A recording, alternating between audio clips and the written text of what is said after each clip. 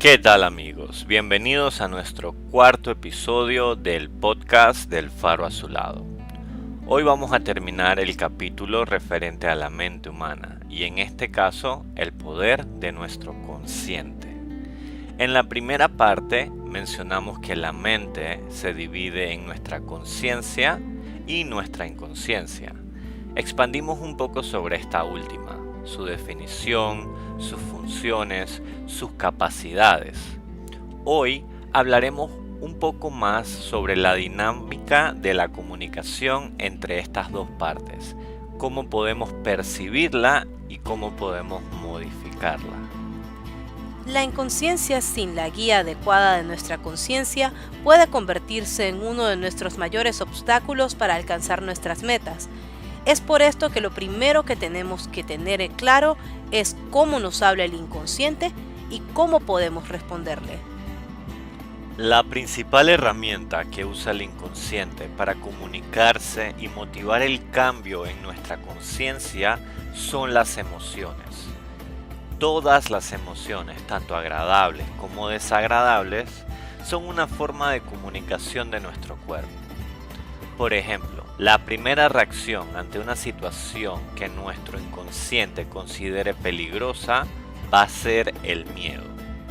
Es la forma de decirnos, deja de hacer lo que sea que estás haciendo y presta mucha atención a esto que podría afectarnos.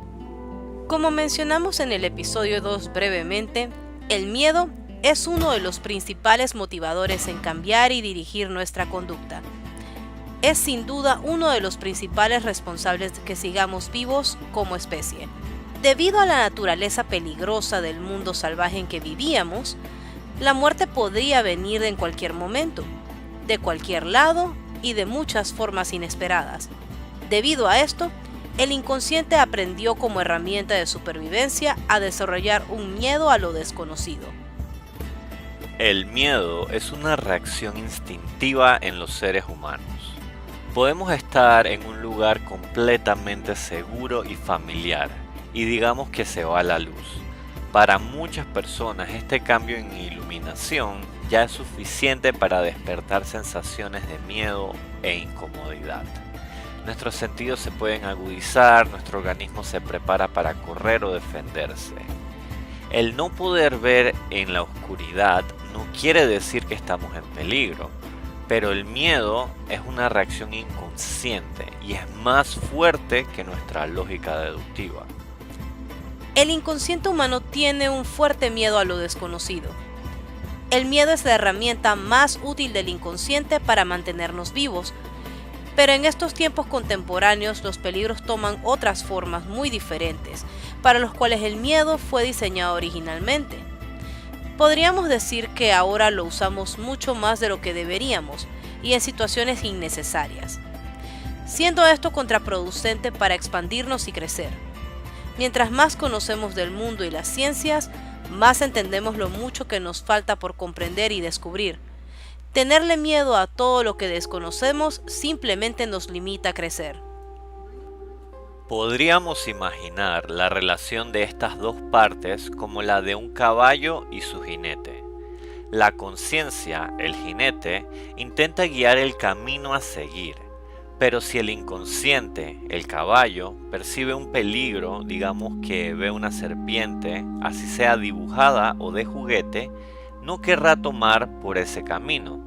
Por más que el jinete insista, el resultado es conflicto entre ambos. Forcejeo y depende de la situación, el caballo podría tumbar el jinete causándole heridas. Por eso es muy importante entender que la conciencia y la inconsciencia no entienden el mundo de la misma manera. Es nuestra responsabilidad consciente tomar las medidas necesarias para domar al caballo y enseñarle a diferenciar los peligros reales de los percibidos.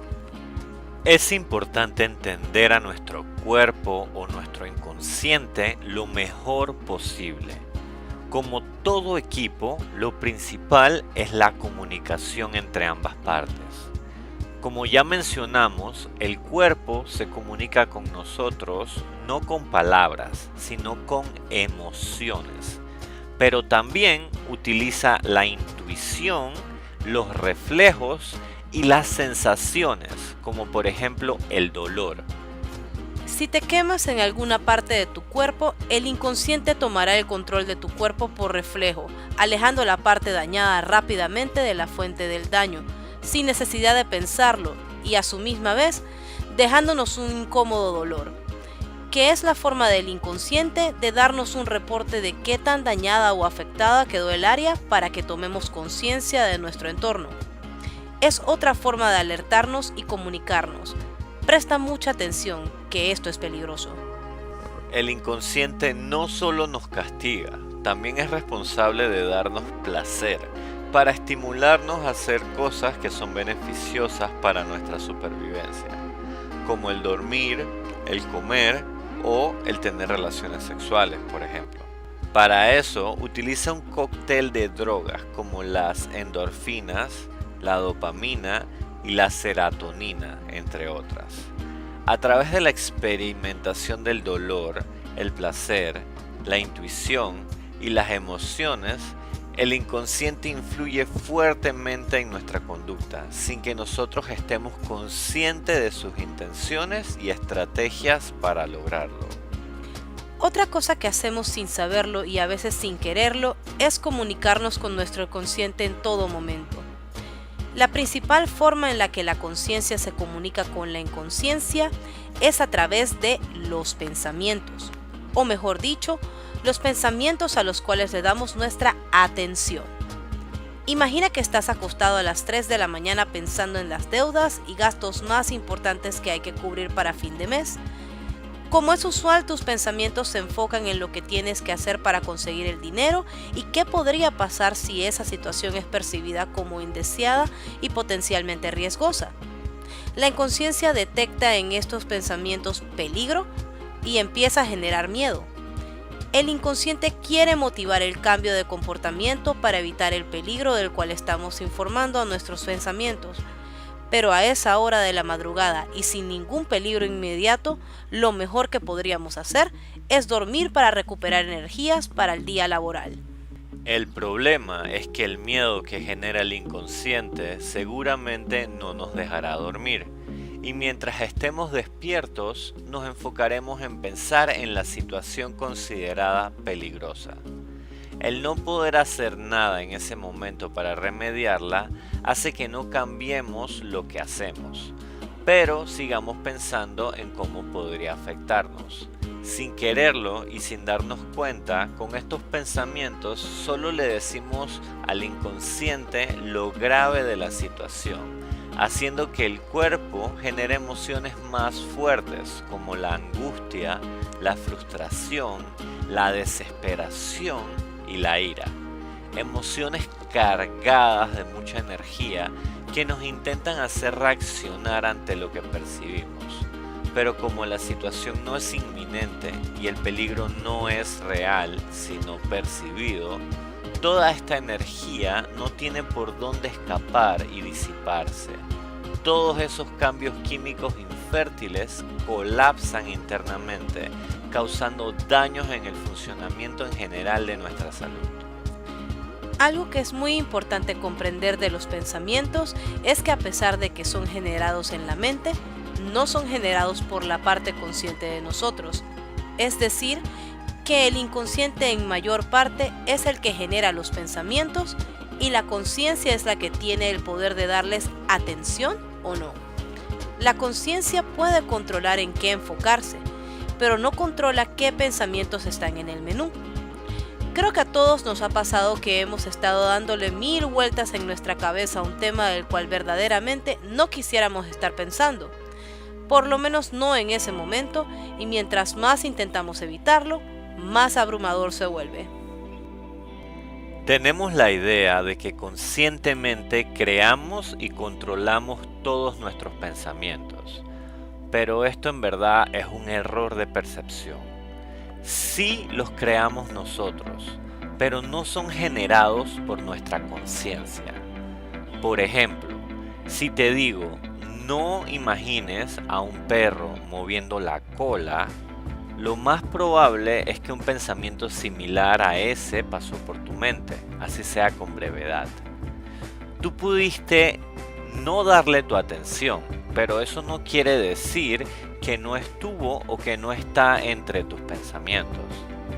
Entonces, ¿ese pensamiento lo generaste tú o lo generé yo?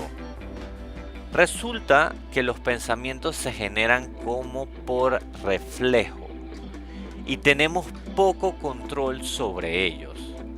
Es por eso que prácticas como el meditar, que implica tratar de poner la mente en blanco, no son nada fáciles de lograr, a pesar de su simplista apariencia.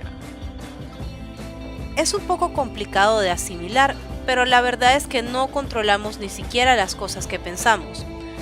Somos más como la presencia testigo de estos pensamientos, el observador consciente. Pero es nuestro inconsciente el que crea los pensamientos y para eso utiliza muchos factores como la información captada por nuestros sentidos, todos nuestros recuerdos, nuestros conocimientos sobre el tema en específico, nuestras experiencias en situaciones similares, las experiencias de conocidos que nos hayan compartido, nuestro patrón de lógica, nuestra perspectiva personal, el cómo podría afectarnos la situación y muchas variantes más que son calculadas y sintetizadas en una fracción de segundo en uno o varios pensamientos que podemos contemplar en nuestra mente. Debido a que nuestro inconsciente nos conoce mejor de lo que nosotros mismos nos conocemos, cada uno de estos pensamientos tiene ese sabor a nosotros, con el que tanto nos identificamos. Cada cabeza es un mundo y existen muchas formas de pensar, pero todos nos identificamos con la nuestra. En el capítulo 2, El poder del fracaso, mencionamos brevemente cómo los pensamientos negativos pueden crear una espiral de pensamientos cada vez más negativos que contaminan nuestro comportamiento y determinación para seguir intentando ante una situación. El gran problema está en que con decirte que pienses positivamente y ya, no es suficiente. La mayoría de nosotros a este punto y por muchos motivos que pueden verse lógicos y racionales, ya estamos acostumbrados a verle lo negativo a todo. Mientras más hacemos algo, menos esfuerzo necesitamos para seguir haciéndolo. Sin saberlo, tenemos a nuestro inconsciente entrenado a generar pensamientos negativos. Esto es debido a que por muchos años hemos llevado nuestra atención directamente a estos pensamientos. De tanto repetir esto, nuestro inconsciente ya es muy hábil generando este tipo de pensamientos. Y ante cualquier situación que se nos presente, de 10 pensamientos, 7 seguramente sean negativos, 2 neutros y 1 podría ser positivo. Por más que querramos hoy en día llevar nuestra atención a este único pensamiento positivo, el tener 7 pensamientos en oposición directa, atacando al positivo, tratando de disminuirlo y peleando por obtener nuestra atención, lo hace una tarea sumamente complicada. Incluso si la situación es evidentemente beneficiosa, digamos que obtuvimos una promoción laboral, a la mayoría de nosotros nos resulta casi imposible no encontrar 1 o 2 pensamientos negativos al respecto. ¿Qué tal si no me llevo bien con mi nuevo jefe o compañeros? Seguramente tendré que trabajar muchas horas más. ¿Qué pasaría si no soy capaz de cumplir las altas expectativas que tienen de mí? Esta promoción también podría hacer que pierda mi empleo con mayor facilidad, solo por dar algunos ejemplos. Hoy en día verle lo negativo a todo ya es muy fácil. Si la situación es trágica, lo negativo es simplemente evidente. Si la situación es percibida como beneficiosa, le vemos lo negativo por precaución, para prepararnos en caso de que lo que estemos pensando ocurra, por no ser ingenuos, por explorar todas las posibilidades, por no dejarnos llevar por lo obvio o simplemente por malicia. Pensar negativamente nos hace sentir hasta cierto punto intelectuales, precavidos y racionales. Encontramos comodidad en pensar así, es fácil y por eso la mayoría de las personas lo hacen. Por otro lado, verle lo positivo a una tragedia requiere un nivel de imaginación, de conocimiento y de perspectiva mucho más elevada. Es mucho más difícil y pocos son los que pueden hacerlo. Generalmente tenemos la idea de que los pensamientos, al menos de que los convirtamos en palabras o en acciones, no tienen un impacto real o medible en el mundo. Son solo pensamientos en nuestra mente y no tienen ningún poder, pero la verdad es que nuestros pensamientos tienen un impacto muy grande en nuestro propio organismo y a través de él en nuestro mundo. Así como pensamientos negativos pueden causar efectos nocivos en la salud, pensamientos positivos pueden tener el efecto contrario. El efecto placebo es una prueba incuestionable de esto mismo. Dándoles pastillas falsas a los pacientes, los médicos le indican que el medicamento los va a ayudar en su enfermedad. La persona es engañada a nivel consciente, lo que hace que su inconsciente empiece a producir pensamientos positivos referente al medicamento y el mejoramiento de su condición en general. En la abrumadora mayoría de los casos, esto ayuda a los pacientes a mejorar su salud de forma casi que milagrosa, tomando en cuenta que lo único que está haciendo efecto son los pensamientos positivos del paciente. Te pedimos, no subestimes el poder de tus pensamientos. Literalmente pueden sanarte o envenenarte. Llevar y mantener nuestra atención en pensamientos positivos puede ser algo muy simple, pero no es nada fácil. Así como tener buena salud es algo muy simple, solo es cuestión de comer adecuadamente y hacer actividades físicas regularmente. La realidad global refleja que lo simple no siempre es fácil. Es necesario mucha disciplina para poder darle tu atención a los pensamientos positivos y mantenerla en ellos. Pero como todo, mientras más lo haces, más fácil puedes continuar haciéndolo. Igual que ir al gimnasio en un principio es muy difícil, nuestro cuerpo se acostumbra y se fortalece con la continuidad de la práctica. De esta misma forma, podemos entrenar al subconsciente poco a poco a que genere más pensamientos positivos, porque son esos a los que le damos nuestro más grande superpoder, nuestra atención. Lo que sea que reguemos con nuestra atención, crece. Y mientras más flores tengamos en el jardín de nuestra mente, menos espacio hay para la maleza. Esto no es nada nuevo.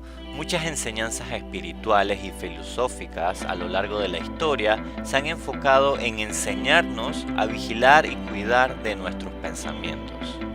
Los pensamientos negativos o positivos tienen la capacidad de influenciar nuestro cuerpo de una forma que todavía no podemos comprender a su plenitud, pero es tan evidente que es imposible de negar.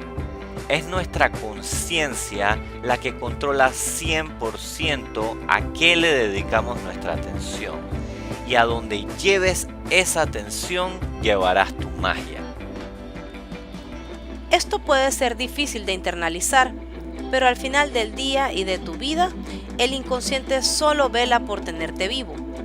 Tu felicidad es algo completamente innecesario para que él cumpla su deber.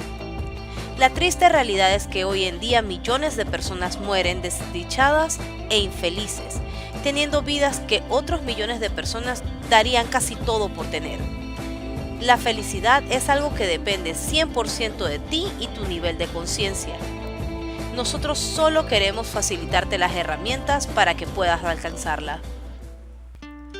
Una vez tengas alineada la mente y el cuerpo, las capacidades humanas se vuelven difíciles de describir. La colaboración interna y externa multiplica nuestro potencial y nos hace lograr cosas que para muchos otros se vuelven increíbles. Pero todo tiene que comenzar siempre desde adentro. Si quieres cambiar el mundo para mejor, primero da un par de vueltas en tu propio hogar. Doma a tu inconsciencia, enséñale el camino que deseas tomar y sorpréndete con lo mucho que puedes avanzar una vez ella aprenda a seguirte. Muchas gracias por acompañarnos en este recorrido. Si te agradó el contenido de este episodio, regálanos un me gusta y ayúdanos a seguir compartiendo la luz del conocimiento a más personas que puedan sacarle provecho. Una vez más, muchas gracias por prestarnos tu valiosa atención. Nuestros mejores deseos para el resto de tu día. Namaste.